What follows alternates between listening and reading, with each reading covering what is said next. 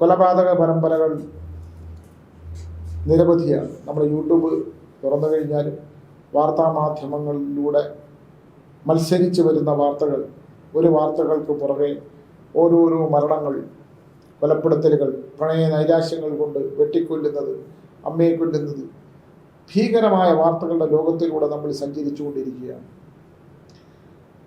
ഇനിയും ഈ വാർത്തകൾ തുടർന്നുകൊണ്ടിരുന്നാൽ മനുഷ്യൻ്റെ മനസ്സ് മരവിച്ചു പോകുന്ന ഒരവസ്ഥയിലേക്ക് നമ്മൾ ചെന്നത്.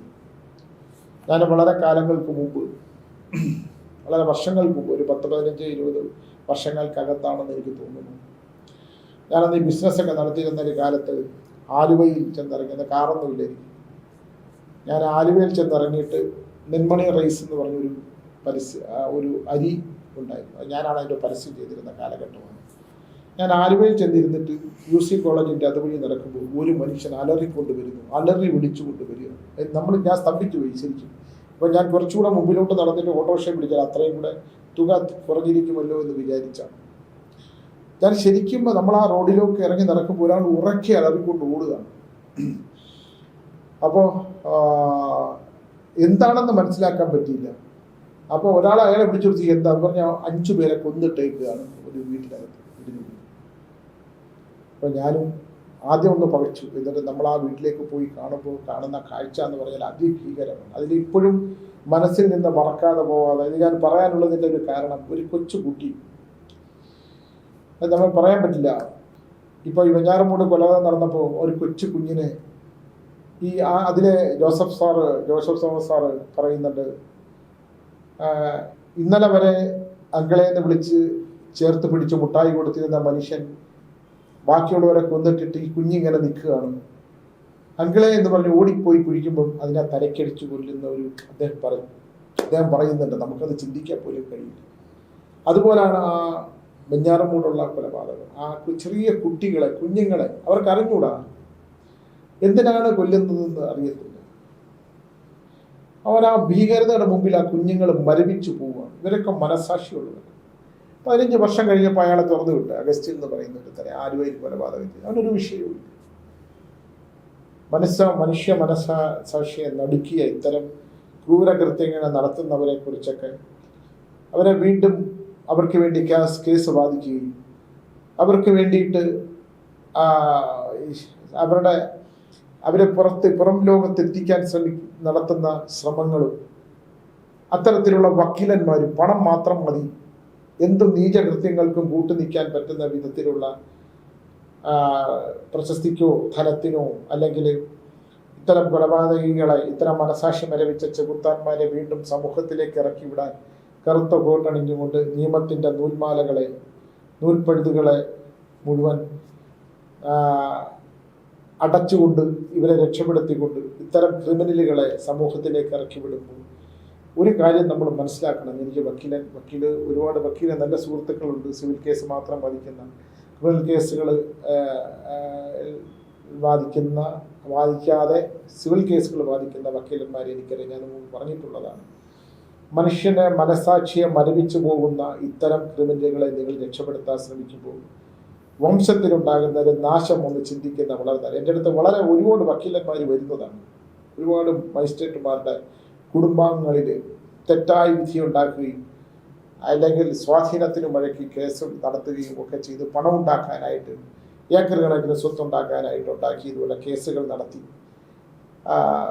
കുലങ്ങൾ നശിച്ചു പോകും. 3ാം തലമുറ കൊണ്ട് വംശനാശം സംഭവിച്ച ഒരുപാട് പേര്. വക്കീലന്മാരോട് എനിക്ക് പറയാനുള്ള കുറച്ചു മനസാക്ഷിയോടുകൂടി പണം കിട്ടുകയായിരിക്കും. നിരപരാധികളെ കുറ്റവാളിയാക്കാം, കുറ്റവാളികളെ നിരപരാധികളാക്കാം, വക്കീലിൻ്റെ ബുദ്ധിയും സ്വാധീനവും അനുസരിച്ച് കേസുകൾ നടത്താം. ഇത് ഞാൻ പറഞ്ഞിട്ടുള്ളത് വീണ്ടും പറയുന്നത്. ഇപ്പോൾ ഇയാളെ കേസ് വാദിക്കാൻ പറ്റില്ലാതെ കുറച്ച് വക്കീലന്മാർ തീരുമാനമെടുത്തിട്ടുണ്ട്. ഒരാൾ വക്കീലിൽ നിന്ന് പിന്മാറി വെഞ്ഞാറമൂട് കേസിൽ നിന്ന്. കുറച്ച് പേരെങ്കിലും ഈ സമൂഹത്തിനെ നന്നാക്കാനായിട്ട് ഇത്തരം ക്രിമിനൽ സ്വഭാവമുള്ള മനുഷ്യരെ സമൂഹത്തിന് സമ്മാനിക്കുന്നത്, ദൈവം കൈവിട്ട കേസുകൾ, ദൈവം ശിക്ഷിച്ച ഇത്തരം മനുഷ്യനായിട്ട് രക്ഷിക്കാൻ ശ്രമിക്കരുതെന്നാണ് ഞാൻ പറയുന്നത്. വക്കീലന്മാരുടെ ജോലി, വക്കീൽ LLBക്ക് പഠിക്കുമ്പോൾ, വകുപ്പുകൾ പഠിക്കുമ്പോൾ, നീതി നിയമങ്ങൾ പഠിക്കുമ്പോൾ എങ്ങനെയാണ് ഒരാളെ നമുക്ക് കേസിൽ നിന്ന് രക്ഷിക്കാൻ പറ്റുന്നത്, എങ്ങനെയാണ് അയാളെ ശിക്ഷിക്കാൻ പറ്റുന്നത്, ഇത് രണ്ടും പഠിച്ചേ പറ്റൂ. അപ്പോൾ അതുകൊണ്ട് കുറച്ച് മനസ്സാക്ഷി ബാക്കി വെക്കണം എന്നാണ് എനിക്ക് വക്കീലന്മാരോട് പറയാനുള്ളത്. കാരണം ഞാനിത് പറയാനുള്ളതിന് കാരണം വക്കീലന്മാരോട് പറയാൻ ഡോക്ടേഴ്സിൻ്റെ ഉണ്ട്.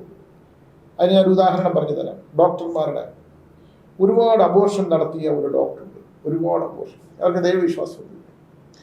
അവരെ യാദൃശ്ചികമായിട്ട് ഞാനൊരു വീട്ടിൽ വെച്ച് അവരെ പരിചയപ്പെടാൻ തയ്യാറ്. അപ്പോൾ അവർക്ക് ദൈവമൊന്നുമില്ല, അവർക്ക് പണമാണ് പ്രധാനം. എത്ര കുട്ടികളെ വേണമെങ്കിലും അവർ അബോർഷൻ ചെയ്തു, പണം ഇത്ര പൈസയാണ്. വളരെ പ്രശസ്തയായിട്ടുള്ള ഒരു ഡോക്ടർ എറണാകുളത്ത്. അപ്പോൾ അവരെന്നോട് സംസാരിക്കുമ്പം വളരെ കുറച്ചേ സംസാരിക്കുള്ളൂ. അവർക്ക് ഇത് ഈശ്വരനൊന്നുമില്ല, എല്ലാം പണമാണ്. ഒടുവിൽ ഞാൻ അവരുടെ ബന്ധു, ഞാൻ താമസിക്കുന്ന വീട്ടിൽ അവരുടെ ബന്ധുവാണ്. ഞാൻ പറഞ്ഞു, ഇവർ വളരെ ബുദ്ധിമുട്ടിയേ മരിക്കുകയുള്ളൂ. കാരണം ഇവർക്ക് പണമാണ് ജീവിതത്തിൽ ഏറ്റവും വലുത്. ഇവരുടെ അധികാരം, ഇവരുടെ ഇവരുടെ സ്ത്രീത്വം നശിച്ചുപോയി. കാരണം അതിപൈശാചികമാണ് കുഞ്ഞുങ്ങളെ നശിപ്പിച്ച് കളയുന്നത്. നിങ്ങളൊന്ന് ആലോചിക്കണം, ഒരു കുട്ടിയെ ഗർഭാശയത്തിൽ നിന്ന് ചീന്തി കളയുന്ന ഒരു സ്ത്രീയെ ഒന്ന് സ്ത്രീയായിട്ട് നമുക്ക് എടുക്കാൻ പറ്റില്ല. ഡോക്ടർമാർ രക്ഷിക്കാനുള്ളതാണ്. രണ്ടാമത്, ഒരു കുട്ടിയെ നിങ്ങൾ ദൈവമായിട്ട് കുട്ടിയെ സൃഷ്ടിക്കപ്പെട്ടിട്ടുണ്ടെങ്കിൽ ഈ നശിക്കുന്ന കുട്ടിയുടെ ദോഷം എന്ന് പറയുന്നത് നശിപ്പിക്കപ്പെട്ടത് യൂട്രസ് വളരെ, ഇതിനെ നമ്മൾ രണ്ട് തരത്തിലെടുക്കണം. ദൈവം സൃഷ്ടി നടത്തുന്ന സ്ഥലമാണ്. ശാസ്ത്രം എക്സോ ക്രോമസോമുകൾ എന്ന് പറയുന്ന ഒരു ഗർഭാശയം, അത്രയും സുരക്ഷിതമായ ഒരു സ്ഥലത്ത് ഒരു കുട്ടിയെ സൃഷ്ടിച്ചു, പുക്കിൾ കൂടി ബന്ധമുണ്ടാക്കി, അതിന് ഭക്ഷണം കൊടുത്ത്, അതിന് പൂർവ്വജന്മ ഓർമ്മകൾ കൊടുത്ത്, ബുദ്ധി കൊടുത്ത്, വികാസം കൊടുത്ത് കുട്ടിയെ നിമിഷങ്ങൾ കൊണ്ട് ചീന്തിക്കളയുക. എന്നിട്ട് അതിൻ്റെ പണം മേടിക്കുക. അവസാനം സ്ത്രീയുടെ മരണമാണ് ഞാൻ പറയുന്ന ആ ഡോക്ടറുടെ മരണം. അവർക്ക് മോശം പോകത്തില്ല എത്രയോ കാലം. അവർ അലറി വിളിച്ചുകൊണ്ട് അവർ പറയുന്ന അവസാന കാലത്ത്, ഇനി കുട്ടികൾ എന്തിനാണ് ഇങ്ങനെ കിടന്ന് ചിലയ്ക്കുന്നത്? അവർക്ക് ബോധമില്ല. എന്തിനാണ് എനിക്ക് ചുറ്റും ഈ കുട്ടികൾ ഇങ്ങനെ കിടന്ന് നിലവിളിക്കുന്നത്? നിർത്താൻ പറയുന്നു. വളരെ അതിദാരുണമായ ഒരു മരണമായിരുന്നു ആ സ്ത്രീ, അതിദാരുണമായി. ഇത് ഞാൻ ആത്മീയതയിലേക്ക് കടന്നുള്ളത് കൊണ്ട് എനിക്ക് ഒരുപാട് മാനസിക സംഘർഷങ്ങളുണ്ട്. ആൾക്കാർ പറയുന്ന ഒരുപാട് വാർത്തകൾ, എനിക്കൊന്നും എല്ലാം പറയാൻ പറ്റില്ല. ഞാനിത് എന്തിനാണ് നമ്മുടെ പ്രേക്ഷകരോട് പങ്കുവയ്ക്കുന്നത് പറഞ്ഞാൽ, നിങ്ങളൊന്ന് ചിന്തിക്കണം. നിങ്ങൾക്കൊരു കുട്ടിയെ സൃഷ്ടിക്കപ്പെടുമ്പോൾ, ആ കുട്ടി സൃഷ്ടി നശിക്കപ്പെടുമ്പോൾ, ആ കുട്ടി നശിപ്പിക്കപ്പെടുമ്പോൾ ഇത് നിങ്ങളും കൂടെ ഉത്തരവാദികളാണ്. കുട്ടിയെ വളർത്താൻ പറ്റാത്തത് കൊണ്ട് ഒരു കുട്ടിയെ ഒരുപാട് പേര് ദുരിതങ്ങളുമായിട്ട് വരും. അപ്പം ഇങ്ങനെ കുട്ടി നഷ്ടപ്പെട്ടിട്ടുണ്ടോ എന്ന് ചോദിച്ചാൽ ഉണ്ട്. എന്തുകൊണ്ടാണ്? അത് അടുത്തടുത്ത് ഉണ്ടായിപ്പോയിനെന്താ? കുട്ടികളല്ലേ 10ഉം 11ഉം കുട്ടികളെ സൃഷ്ടിച്ച തലമുറകളില്ലേ നമുക്ക് മുമ്പ്? വളരെ നമ്മളീ പോകുന്നത് കലിയുഗമാണ്. കലിയുഗത്തിൽ ഇത്തരം കാര്യങ്ങൾ സംഭവിക്കുമ്പോൾ നമുക്ക് ഒരാൾ കുറേ പണം ഉണ്ടാക്കി കഴിഞ്ഞാൽ അയാൾ എന്ത് ചെയ്യും? അയാളെ ഇഷ്ടമുള്ള ഭക്ഷണം കഴിക്കും, AC മുറി കിടന്നു തുടങ്ങും, അയാൾ കുറേ സുഖഭോഗങ്ങളിൽ ജീവിക്കും. കുറെ കഴിയുമ്പോൾ എല്ലാവർക്കും മതിയാകും, പിന്നെ കിടക്കാൻ ഒരു ബെഞ്ച് മതി. ഇതെല്ലാം മടുക്കുന്ന ഒരവസ്ഥ വരും. ഒരുപാട് ഭക്ഷണം കഴിച്ചാൽ, നമ്മൾ സ്ഥിരം ഒരുപാട് മധുരം കഴിച്ചാൽ കുറെ കഴിയുമ്പോൾ മധുരം മടുക്കും. ഇവിടെ ജീവിതത്തിൻ്റെ ഈ അവസ്ഥകളിലൂടെ നമ്മൾ കടന്നു പോകുമ്പോൾ മനുഷ്യൻ കൊന്നും കൊലപ്പെടുത്തിയും ദുരിതപ്പെടുത്തിയും നശിപ്പിച്ചും ഒക്കെ ജീവിതം ഒരു ജന്മമല്ല, ജന്മജന്മാന്തരങ്ങളായിട്ട് വന്നു ചേരുന്ന വിഷയങ്ങൾ നമ്മൾ മറന്നുപോവുകയും വരും ജന്മങ്ങളിൽ പോലും ചെയ്യുന്ന പാപങ്ങൾ നമ്മൾ അനുഭവിക്കേണ്ടി വരികയും ഒക്കെ ചെയ്യുമ്പോൾ, അടുത്ത കാലത്ത് ഒരുപാട് വിഷയങ്ങൾ എനിക്ക് എല്ലാം തുറന്നു പറയാൻ പറ്റുന്നു. അതുകൊണ്ട് മനുഷ്യത്വപരമായിട്ടുള്ള കാര്യങ്ങളിൽ കുറച്ചുകൂടെ മനുഷ്യത്വത്തോടെ മനുഷ്യരെ തിരിച്ചറിയുന്ന, സ്വയം നമ്മളെ തിരിച്ചറിഞ്ഞുകൊണ്ട് ജീവിക്കാൻ ശ്രമിക്കണം എന്നാണ് പറയാൻ. ഇതൊന്നും കൊണ്ട് നമുക്ക് സമൂഹത്തെ ഇത്തരം ഇതിൻ്റെ അടിയിൽ വന്ന് കമൻറ്റുകൾ എഴുതുന്നവരുണ്ട്. എനിക്ക് അവരോടൊന്നും കാരണം അവർ മനസ്സിലാക്കുന്നില്ല എന്താണെന്ന്. നമ്മുടെ അനുഭവമാണ് പറയുന്നത്, ഇല്ലേ? നമുക്കൊന്നും അടിച്ചേൽപ്പിക്കാനോ വിശ്വസിപ്പിക്കാനൊന്നും പറ്റില്ല. ആരെക്കുറിച്ചിട്ടുള്ള വാക്കുകൾ, ആരെക്കുറിച്ചിട്ടുള്ള പരദൂഷണങ്ങളോ ഒന്നുമല്ല പറയുന്നത്. ജീവിതത്തിൽ, സമൂഹത്തിൽ, നമ്മൾ ജീവിക്കുന്ന സമൂഹത്തിൽ ഇത്തരത്തിലുള്ള കാര്യങ്ങളുണ്ട്.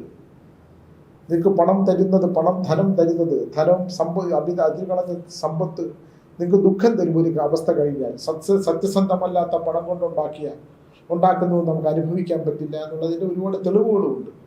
അപ്പോൾ അതുകൊണ്ട് നമ്മളെ തിരിച്ചറിയുക, നമ്മളെ മനുഷ്യത്വപരമായിട്ടുള്ള കാര്യങ്ങളിലൂടെ കടന്നു പോകണമെന്നാണ് എനിക്ക് പറയാനുള്ളത്. ഇത്തരം അനുഭവങ്ങൾ ഞാൻ എൻ്റെ യൂട്യൂബിലൂടെയും എൻ്റെ വീഡിയോയിലൂടെ ഒക്കെ പറയുന്നുണ്ട്. ചിലത് ചിലതൊന്നും പുറത്തു പറയാൻ കൊള്ളാത്ത ഒരുപാട് വിഷയങ്ങളുണ്ട്. മറ്റൊന്നുമല്ല, നിങ്ങളോട് ഞാൻ കേൾക്കുന്നത്, എൻ്റെ മുമ്പിൽ ഇരുന്ന് പറയുന്ന കഥ നിങ്ങളോട് പങ്കുവച്ചാൽ നിങ്ങൾക്ക് പോലും അത് വിശ്വസിക്കാനോ ഉൾക്കൊള്ളാൻ പറ്റാത്ത ഒരു കാലഘട്ടത്തിലൂടെയാണ് കടന്നു പോകുന്നത്. ഒന്ന് മാത്രം ഞാൻ പറയുന്നു, ഈ പ്രപഞ്ചത്തിനൊരു ശക്തിയുണ്ട്. ആ ശക്തിയെല്ലാം തിരിച്ചറിയുന്നുണ്ട്.